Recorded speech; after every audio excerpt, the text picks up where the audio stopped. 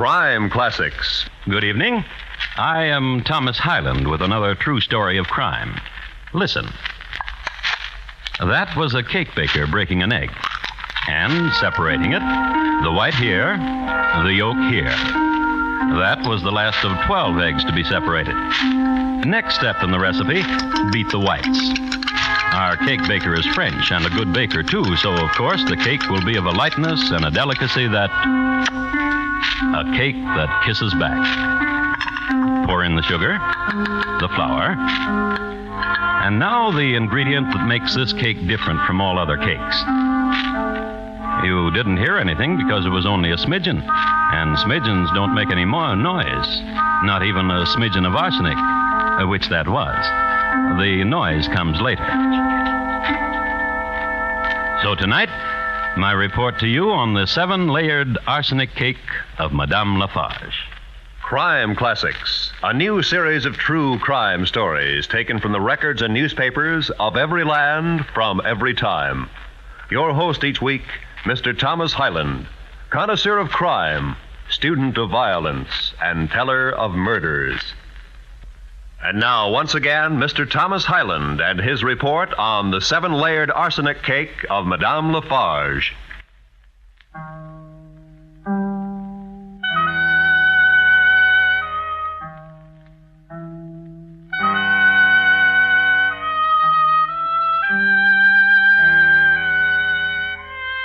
France, as the fourth decade of the 19th century was closing, Louis Philippe was on the throne. It was late summer of 1839, a season of unrest in Paris. In the dark alleys and dank cellars, a populace seethed and grumbled and wrote slogans in chalk on the cobblestones. Phrases such as allons, à bas, en avant, aux guillotines, which meant that in this stage people were either for things or against things or wanted them up or down or forward or guillotine. This was in the city. But a few kilometers away in the country, in Glandier, it was peaceful.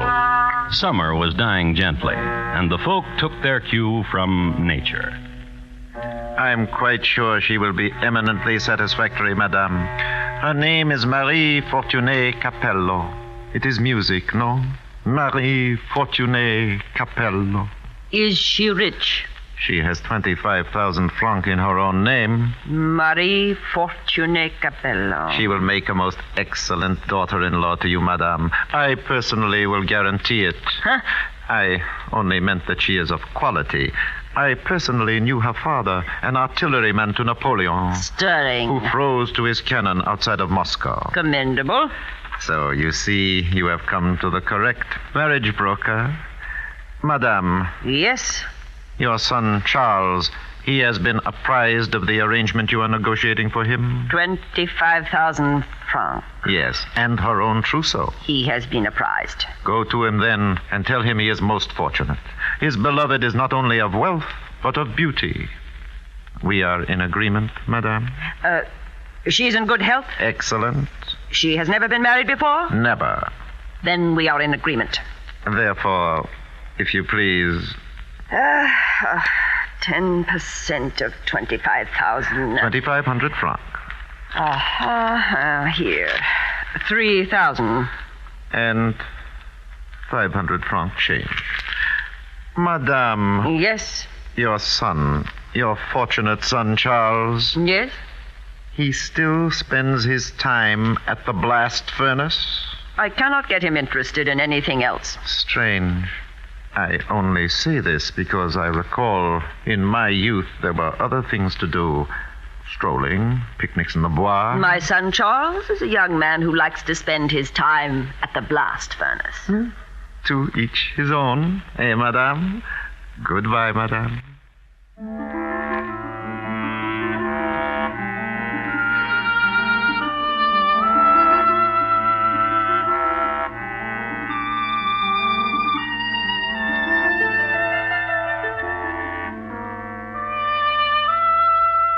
Charles Lafarge was one of those rare individuals who was just a natural-born smelter, an unsung Bessemer, as it were. In his early youth, he evinced a healthy interest in iron things and tongs and anvils and blast furnaces. His father had died while fishing for bloaters in the Seine, this when Charles was 3 years old. His mother, a good woman, was quick to recognize her son's natural bent and indulged his talents. As a matter of fact, she invested nearly all her savings in a blast furnace and an ironmongery business for her son. Charles spent most of his waking hours in the shop, shaping things on the anvil, cooling metal, or what he liked best to do, smelting. He was doing that the day his mother broke the news to him. Her name is Marie Fortuné Capello. And he was 6 feet 4 inches tall. What of her? You will marry her. Why? All young men get married. You'll have a wife now, son. Son. Yes, Mama. Come here to me, closer. I want to look at you. At what do you look, Mama? Nothing. You'd better get cleaned up.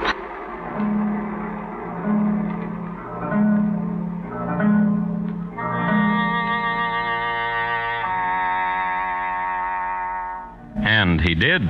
Charles got cleaned up. He bathed, shaved, and got into the clothes of a gentleman of the country. He was introduced to his fiancée, made guttural noises of approval, and in a few hours they were married. The ceremony took place in the empty and dismal halls of the Lafarge castle. In attendance were Mama Lafarge and one Dennis Barbier.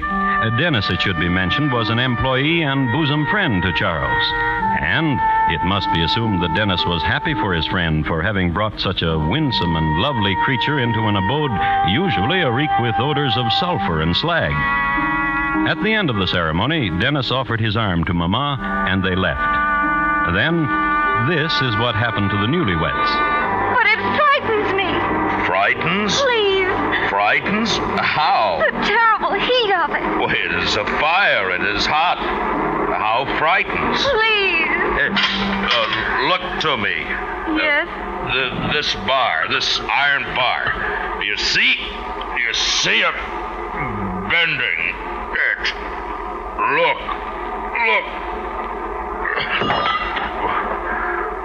Why did you not look? I do not know. My mama said to me you would do what I say you do. I will try.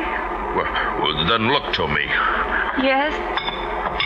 This metal piece, this round metal piece, you see? Yes. For you. What? For you. I don't... To lock about you if you will run away from me. A shackle? Do not run away from me. Oh, don't touch me. Husband to you.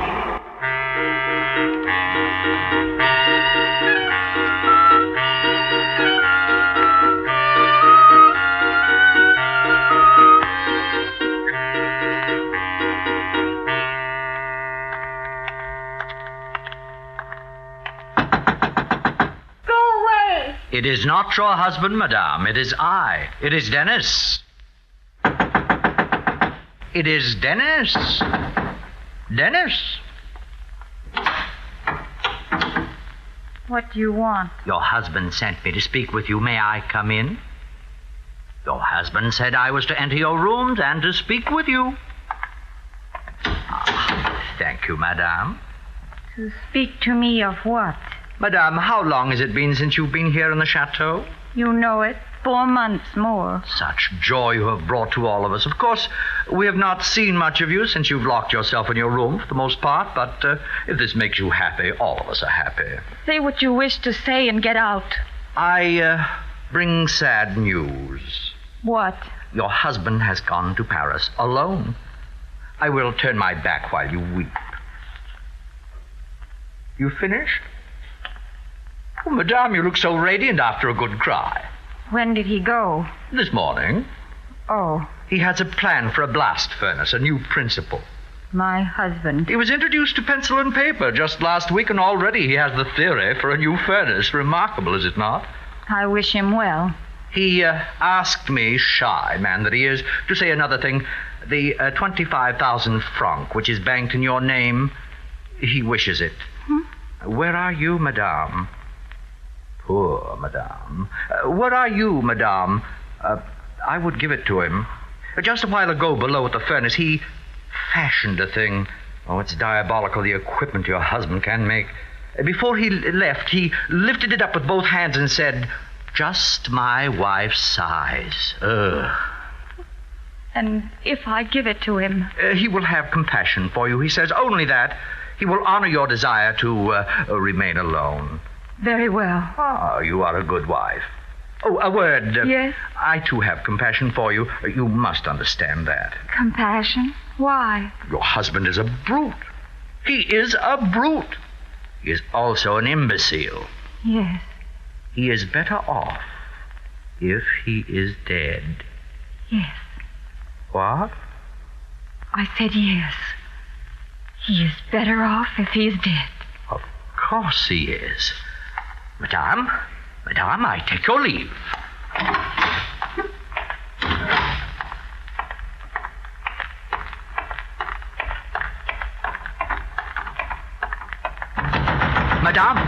Madame Lafarge, open quickly, open. Monsieur Dennis, Madame, what are you doing in my chambers? a terrible thing, so terrible. What are you talking about? What she has said. Who? The wife of your son. She said What? Oh, What is it? that she wished your son dead. I'm sure every wife in the world has wished her husband dead at one time or another. But the way it was said. How? With a kind of madness, with a curling of the lips, a clawing of the hand, with hate, with purpose. "I wish my husband dead," she said. "The heavens give me strength to make it so," she said. No. Yes.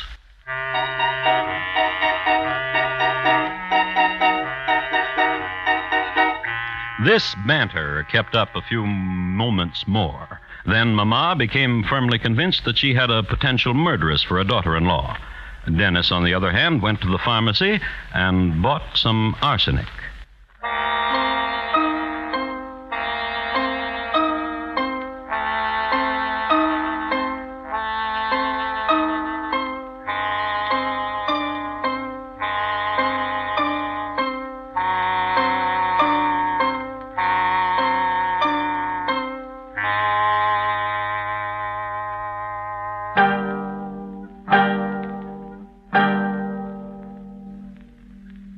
You are listening to Crime Classics and your host, Mr. Thomas Hyland. And now, once again, Thomas Hyland and the second act of Crime Classics and his report to you on the 7-layered arsenic cake of Madame Lafarge.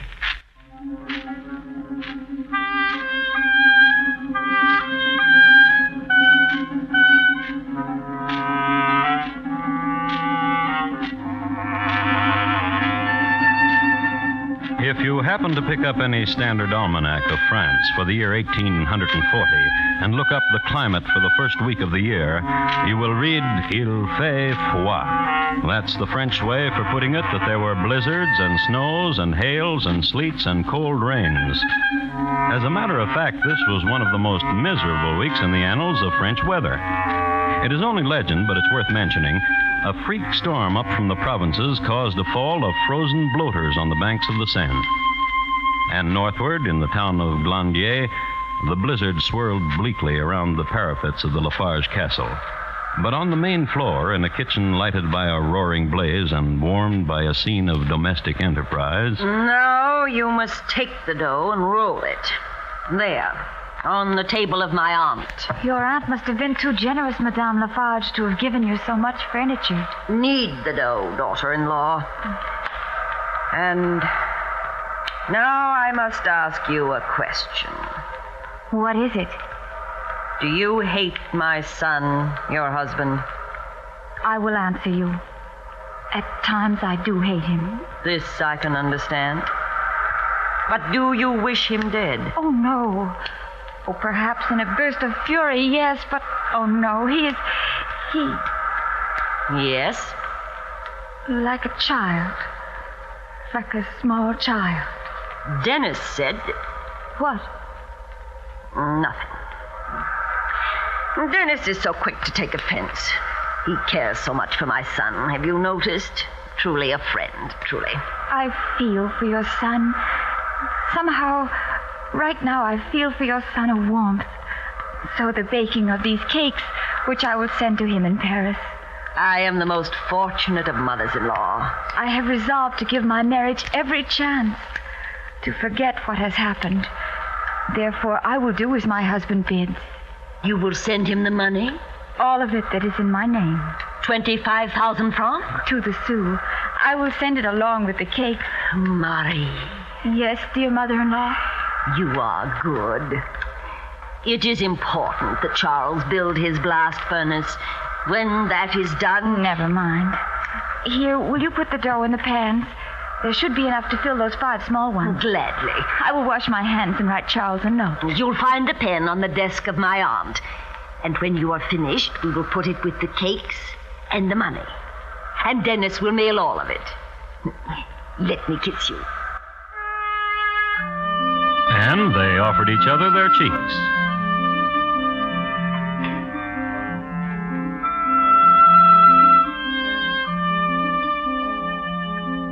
Then Marie washed her hands and wrote her husband a tender note. Madame Lafarge put the cakes, 5 small ones, into the oven, which her aunt had willed to her, and dozed for a while in her aunt's favorite chair. Then the cakes were ready. They were iced and wrapped. Into the parcel was then inserted an envelope containing 25,000 francs, and a few words of encouragement and endearment and new resolution. Then... Dennis? Madame and Madame. Dennis, take this parcel and mail it to Monsieur Lafarge in Paris. It contains cakes and money, so mail it with dispatch. And Dennis, my mother-in-law and I would appreciate an opportunity to become more... Well, you may spend a few days where you wish, Dennis. Not here. Not here, Dennis. Not here, Dennis.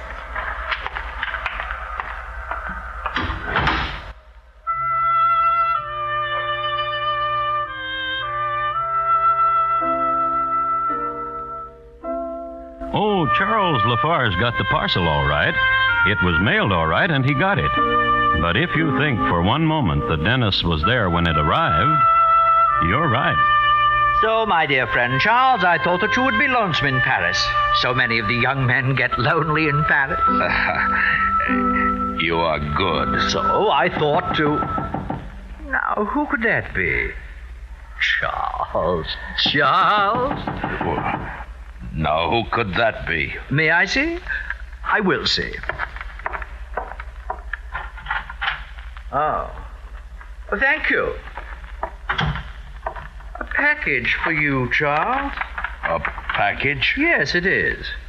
May I open it for you? I will open it for you. It's from Glandier. From your wife. What could it be? I feel kindly toward my wife.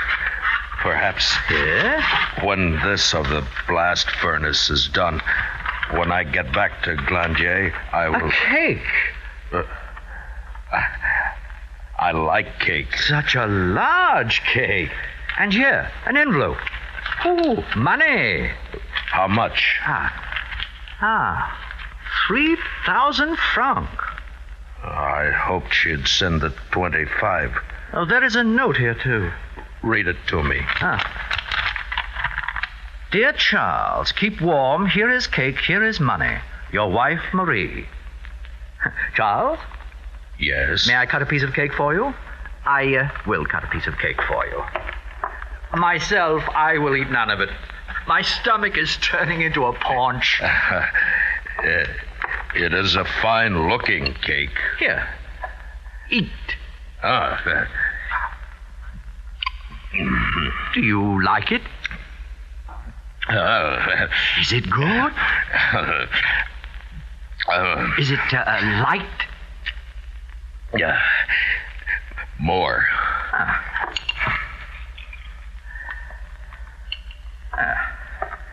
Here. Eat.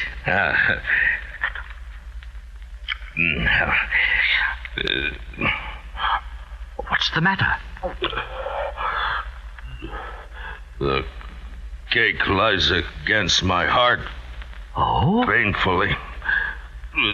With much pain.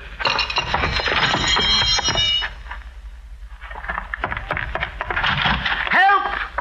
My friend is sick. Doctor! My friend has eaten of cake and he is sick. His wife sent him cake and he is sick.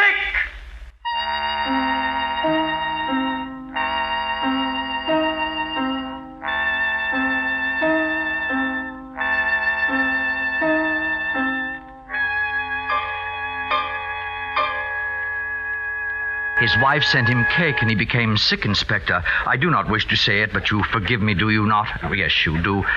I was in the presence of his wife when she said she wished her husband dead, that she thought him a brute and an imbecile, and she wished him dead. And then she sent me to buy arsenic for mice, she said. For mice. Then this cake comes to my friend Charles Lafarge, and he eats of it, and now he is dead. Inspector, you forced me to say it. I did not wish to say it, but you forced me.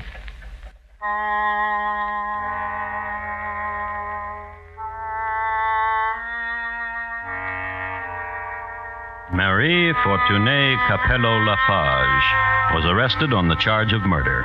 She was put in prison in January 1841 and brought to trial in July. It is safe to say that this period was a time of travail, for Marie lost 40 pounds, her golden hair turned to silver, and her youthful complexion turned ashen. These, in the main, were observations made by Raoul Lessy, the George Garvey of the Fourth Estate of that day. Nor, during the trial, were the interrogations less unmerciful. She was asked, first of all, whether she loved her husband. Less, perhaps, than other women. More, perhaps, than some. And did she ever say she wished him dead? No, not meaningly. May I make a statement? My name is Denis Barbier. Charles Lafarge was my good friend. We addressed each other in the second person singular, familiar as tu. I grieve for his death. I grieve that his widow has been placed in such a precarious position. Yet I am forced to say that I, Denis Barbier, friend of Charles Lafarge, did hear Marie Lafarge wish her husband dead meaningly. You provoked me. Poor little thing. You did. You provoked me. If you wish to say so, I will not disagree. Wife to my friend Charles Lafarge, now dead by poison. Of arsenic, indeed, which Dennis himself had purchased. I myself purchased the arsenic and gave it to you. It was for mice. For mice, if you wish to say so, I will never disagree. It was for mice. For mice. Ask my mother-in-law. Ask her. Madame Lafarge. Very well. I recall no mice. I run a clean chateau. And your daughter-in-law says for mice. I say you killed my dear friend Charles Lafarge. Murderous! No! Murderous! No! Yes! And what of the cake? There were 5 small cakes. There was but one cake, a large cake of 7 layers. Ask my mother-in-law. Ask her.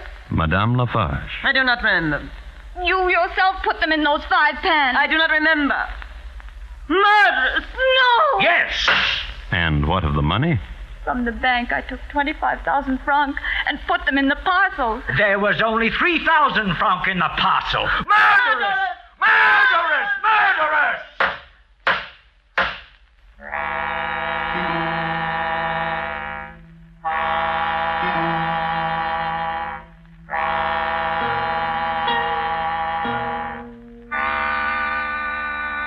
Marie Lafarge was found guilty and sentenced to life imprisonment at hard labor. Also, occasional exposures in the pillories. Then, Mama, 12 years later on her deathbed, suddenly... I remember. It was not a 7-layered cake. It was 5 small ones which Marie sent to my son. Something must be done. And something was done. Marie Lafarge, who had already served 12 years, had her sentence reduced to just 5 more years. Then she was sent to a home. Then she killed herself.